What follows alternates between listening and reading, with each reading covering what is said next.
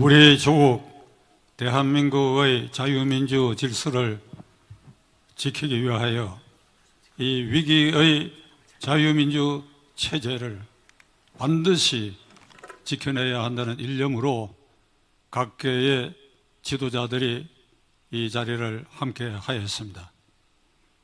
다가오는 3월 9일 대통령 선거는 단순한 정권 교체가 아닙니다. 우리가 정권 교체라는 말을 쓸 때는 이건 태평성대의 개념으로 쓰여져야 합니다. 이 당과 저 당 또 다른 사람들이 부부하여 그 중에 표를 많이 얻는 사람이 대통령이 된다. 그 대통령이 된 사람이 이끄는 5년도 대한민국의 근본에는 크게 변화가 없을 것이다. 또 낙선한 사람이 참 아깝게 낙선했지만은 그가 대통령이 됐다 하더라도 나라에 큰 변형은 없을 것이다. 이런 선거일 경우에 우리는 정권 교체라는 말을 쓸 수 있어야 한다고 생각합니다. 그러면 3월 9일 대통령 선거는 어떤 선거냐? 종북 주사파 친 김정은으로 정권으로부터 정권을 자유민주 세력으로 탈환해오는 정권 탈환의 선거라고 하는 것을 우리 전 국민은 깨달아야 합니다. 다시 한번 종북 주사파 친 김정은 정권으로부터 자유민주 질서를 신봉하는 세력으로 이 정권을 탈환해 와야 된다는 선거가 3월 9일 대통령 선거라고 하는 것을 우리는 깊이 명심해야 할 것입니다. 지난 5년 동안 문재인 대통령은 철저하게 헌법적 약속을 지키지 않았을 뿐 아니라 오히려 파괴했습니다. 2017년 5월 10일 그는 헌법에 서약하고 취임사를 하면서 오늘 이 순간부터 국민 통합의 시대가 열린다. 나를 지지하지 않은 국민도 포용한다. 야당을 국정의 동반자로 하겠다. 나를 비판한 사람 가운데도 적당한 인물은 반드시 기용해서 주요한 자리에 맡기겠다. 무엇보다도 기자회견을 수시로 해서 국민과 소통을 할 것이며 그리고 나아가 광화문 광장에서 또는 남대문 시장에서 청년들과 상인들과도 소주잔을 기울이면서 대화를 하겠다. 이 약속을 하나도 지키지 않았어요. 어떻게 이렇게 하나도 지키지 않을 수 있었어요?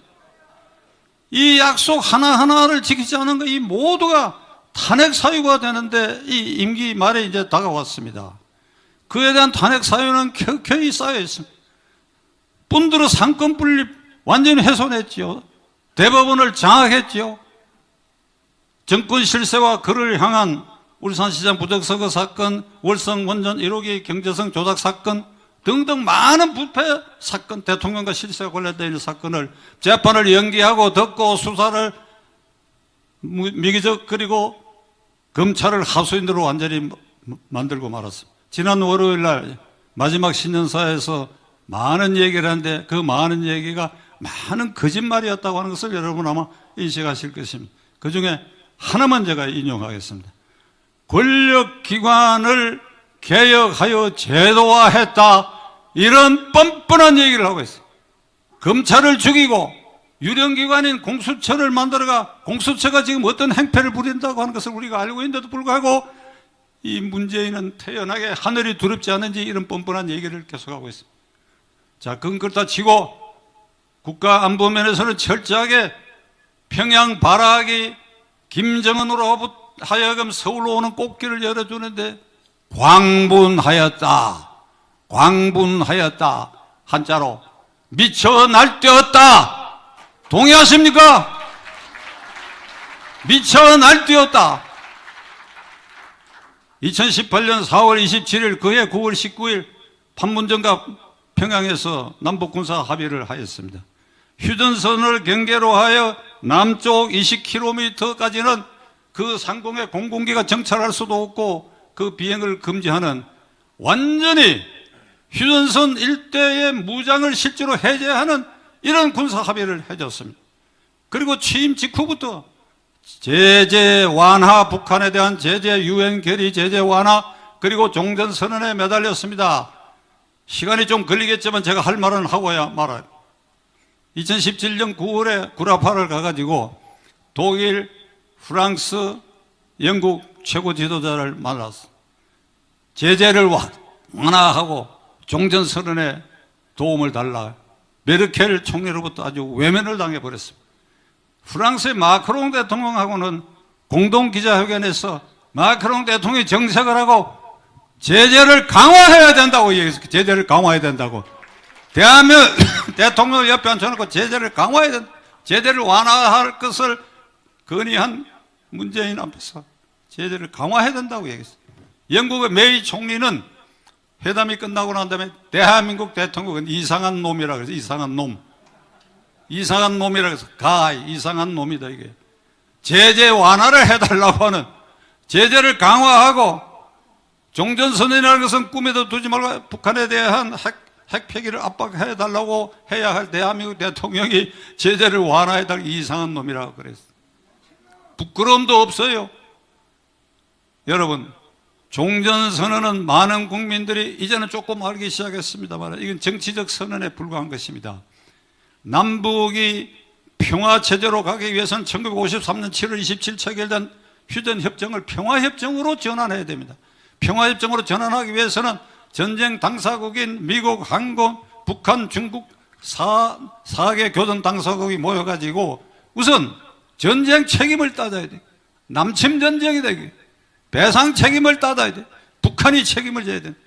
그리고 무엇보다도 5만 명이 넘는 국군 포로가 납치되어 있는데 그 생사가 알 길이 없어. 이 문제에 대한 해결을 해야 돼. 이것을 다 포괄해가지고 평화협정으로 맺어지면 그것이 종전선언인데 거기에 이르기 전에 정치적 선언으로 종이 쪽지 종전선언이 이들이 골몰하는 이유는 이것이 평화쇼으로 그들의 치적으로 그들의 그들권을 확보하기 위한 전술로 종전선언을 내세우고 있는데 다음 달 북경 동계올림픽에까지 무언가 이 종전선언을 지금도 이걸 포기하지 않고 이런 미친 짓들을 지금 계속하고 있어요.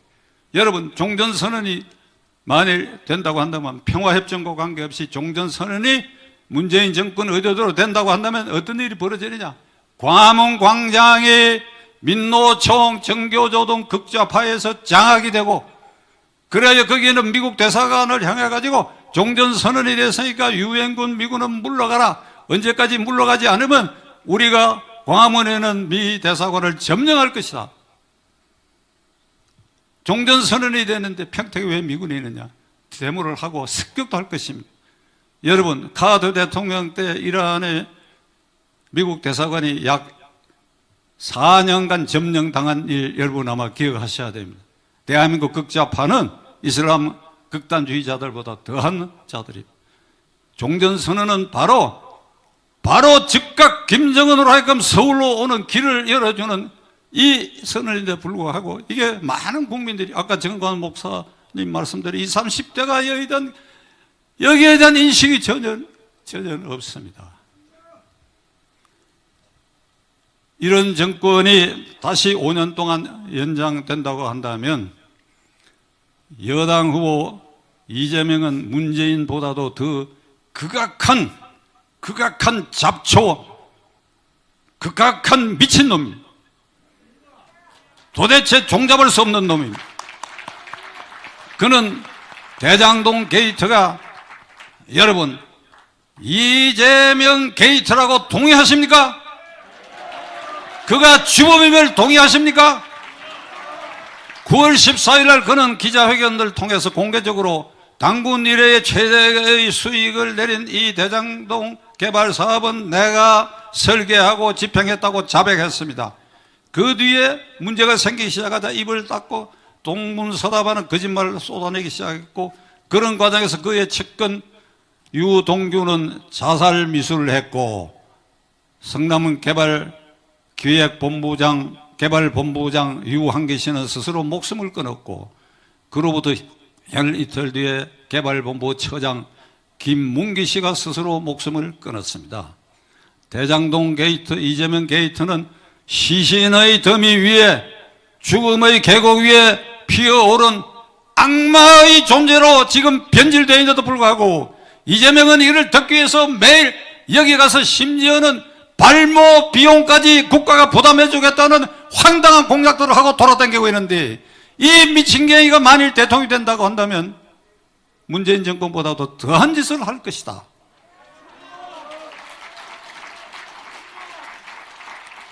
더한 짓을 할 것이다. 북한에 대해서 친북 주사파 친 김정은 정권의 본색을 더 강화할 것이다. 지난주에 그는 이런 얘기를 했습니다.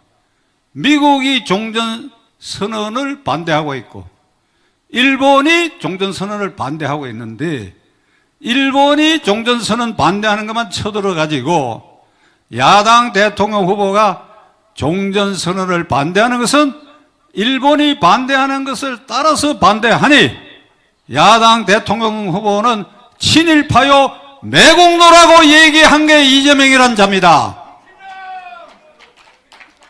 이재명의 논법대로 하면 저와 정광훈 목사님은 영락없는 친일파 매국노가 되고 박수를 친 여러분 모두도 친일파 매국노가 될 것입니다. 만일 그가 대통령이 되면 친일파 매국노 처벌법에 이런 조항도, 종전선언에 반대한 자 이런 조항도 넣을는지 모릅니다. 생각하면 끔찍한 일입니다. 자, 결론을 내리겠습니다. 종북 주사파 김정은 정권을 이제 3월 9일 날 종식시켜야 합니다. 그러나 이를 종식시킬 도구로서 제1야당과 제1야당 후보는 혼란에 빠져 있어요. 어제 저녁부터 조금 수습되기 시작했으나 앞으로 야권 후보 단일화 문제 등 첩첩산중으로 이 우리가 도구로 바라다보고 있는 이 야권 세력의 중심 세력이 이렇게 혼란에 빠져 있다. 지금 이 순간에 우리는 어떻게 해야 되느냐? 하늘을 향할 수밖에 없다. 저는 천주교 신자입니다. 크리스찬은 교회와 성당에서, 불교 신자는 사찰에서 기도하고 그래야 우리 영혼을 한 곳으로 모아서 종북 주사파 친 김정은 종식을 위해서 하늘의 기적을 우리가 빌어야 되라고 생각합니다. 우리에게는 그렇게 할 수 있는 증거가 있습니다. 3년 전 8월 15일 광화문 광장에 당군 이래에 100만 명이 넘는 최대 인파를 모여가지고 이 정권에 대항했습니다. 코로나 사태가 없었다면 이미 작년에 이 정권은 무너졌을 텐데, 코로나 덮여 있습니다만 그러나 물밑으로 3년 전에 8.15 광화문 광장에 그 열기는 살아있고 이것을 지도한 사람은 정광훈 목사님입니다. 우리에게는 이렇게 기적을 일으킬 수 있는 지도자가 있고 그런 실적도 있습니다. 끝으로 영국의 처칠 수상이 위기에 빠진 조국을 구하기 위해서 전 국민과 연합국 국민들에게 하느님께 기도하자고 하는 그런 감동적인 연설을 했던 기억을 여러분들에게 말씀드리고 제 말을 끝내고자 합니다.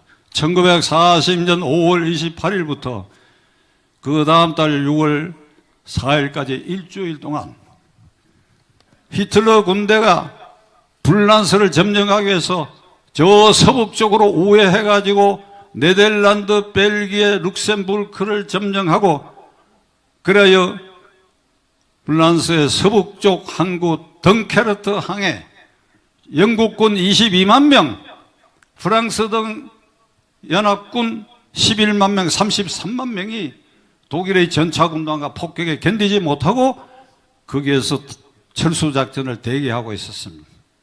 독일군은 이미 덩케르트 항 150km까지 진격해 온 상태입니다.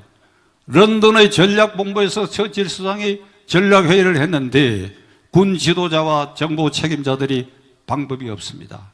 33만 명을 무사히 철수시킬 방법이 없습니다. 시간도 없고, 그리고 그를 수송해낼 함정도 부족합니다. 방법이 없습니다. 우리는 손을 놓을 수밖에 없다. 이런 얘기를 듣고 그는 BBC 방송, 그때는 텔레비가 없을 때입니다. 라디오 마이크 앞에 앉았습니다. 지난해 영국 국민 그리고 연합국의 국민 여러분, 덩케르트에는 우리의 장병 33만 명이 히틀러의 전격 작전에 노출돼 가지고 몰살당할 위기에 처했습니다. 지금 우리는 하늘의 기적 없이는 이들을 무사히 구출할 수 없습니다. 성당에서, 교회에서, 사찰에서, 여러분이 선자리에서, 국회의원은 국회의원, 장관은 장관대로, 수상인 저도 지금부터 금식 기도를 해야 할 것입니다. 간절히 기도를 해주시기를 바랍니다. 아주 눈물 흘리며 호소를 했습니다. 그런데 기적이 일어났습니다. 갑자기 프랑스 서북부 쪽에 여름철이 아닌데도 태풍 비슷한 폭우가 쏟아지기 시작했어요. 150km까지 접근했던 독일군이 그 독일군 진격로가 흙탕물이 돼가지고 전차 탱크가 더 이상 진격할 수 없는 상황이 되고 폭격기가 비가 오고 구름이 낀 바람에 폭격을 할 수 없는 상황이 됐습니다. 그 일주일, 그 기적 같은 일주일에 33만 명의 한 명의 손실도 없이 전원 영국 본토로 철수시킨 작전이 성공했습니다. 후일 처칠 수상은 전쟁 2차전 회고록에서 이 2차전 회고록은 문학 작품으로서 노벨 문학상을 받은 작품인데 처칠이 노벨 평화상이 아니라 처칠이 노벨 문학상을 받은 그 전쟁 회고록에 그때 철수작전이 성공한 것은 기도의 힘이었다고 그는 기록하고 있습니다. 지금 우리는 이 순간에 3년 전 8월 15일 광화문 광장에 역사 이래의 최대 인파를 모았던 전광훈 목사가 지도했던 그 기적, 이걸 지금 3월 9일 날까지 이걸 재현해야 할 절박한 순간에 와 있습니다. 우리 모두 기도하고 하늘을 향하여 염원하여 한 곳으로 종북 주사파 친김정권을 종식시키는데 힘을 한 군데로 모아가야 할 것입니다. 감사합니다.